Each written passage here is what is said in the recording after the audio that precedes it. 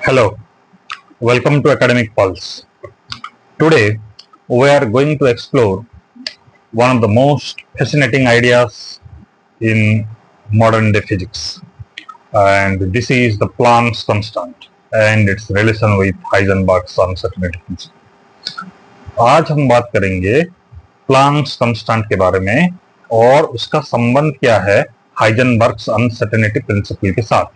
पिछले वीडियो में हमने हाइजेनबर्ग्स अनसर्टेनिटी प्रिंसिपल के बारे में बात किया था। आज देखेंगे वहां पर एक कांस्टेंट था, delta X into delta P is always greater than H by 4 pi, जिसको हम बोलते हैं, एच को हम बोलते हैं प्लांक्स कांस्टेंट, जिसका वैल्यू हमने देखा था 6.626 into 10 to the power minus 34 joule. आज देखेंगे कि वो कांस्टेंट कहां से आया और वो क्या होता है।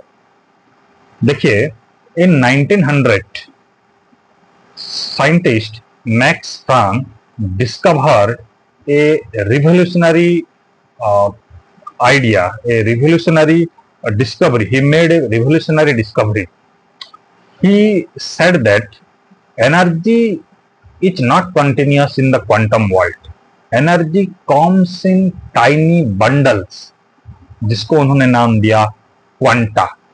He introduced a constant known as the Planck's constant, which value is 6.626 into 10 to the power minus 34 joule second, जैसे मैंने बताया। ठीक है, तो इट लिंक्स, प्लांक्स कांस्टेंट जो है, it links the energy of light to its frequency using a simple formula E is equal to H nu. याद रखिए,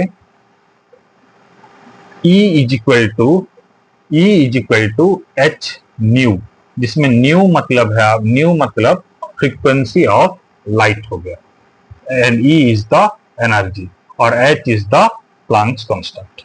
ओके,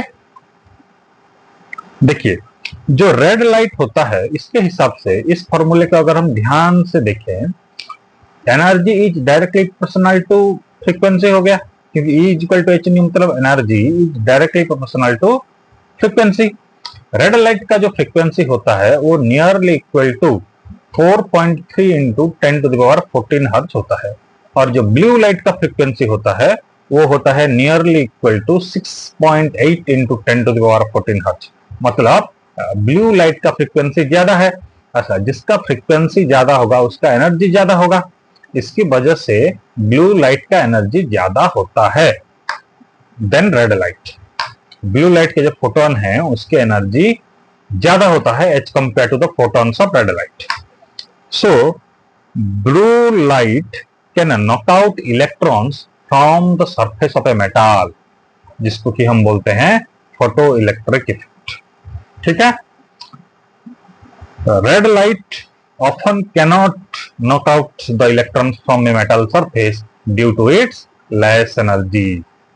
So इससे हमें ये पता चलता है कि in the photoelectric effect, when light of a certain energy falls on a metal surface, just like a solar panel, electrons are ejected out, but only if the light has sufficient amount of energy.